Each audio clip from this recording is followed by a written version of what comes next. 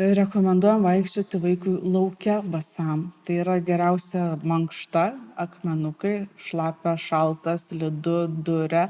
Tuomet dirba visi pėdos raumenys, visi nelygumai. Nerekomenduojam vaikščioti namuose basiem. Šildomos grindys kenkia. Visi raumenys atsipalaiduoja, jie išsitampo, raiščiai išsitampo. Mes darom stebėjimus. Atvykus vaikui pas mus yra pėda skanuojama, išsaugomi jo duomenis. Tėvai gali atvesti vaiką po pusmečio, sulyginam, kaip buvo prieš tai ir kaip yra dabar. Pagal tai sprendžiam, ar jų gyvenimo būdas yra teisingas. Gal reikia daugiau nešioti avalynės, gal reikia pridėti mankštų, gal į avalynę reikia įdėti papildomų korekcijų. Ką iš patirties pastebėjom, kad mamos dažnai jaučia, kad vaiko kojytėms yra negerai. Ir kai nueina pas gydytoją ortopedą, jie dažnai išgirsta pasakymą išaugs.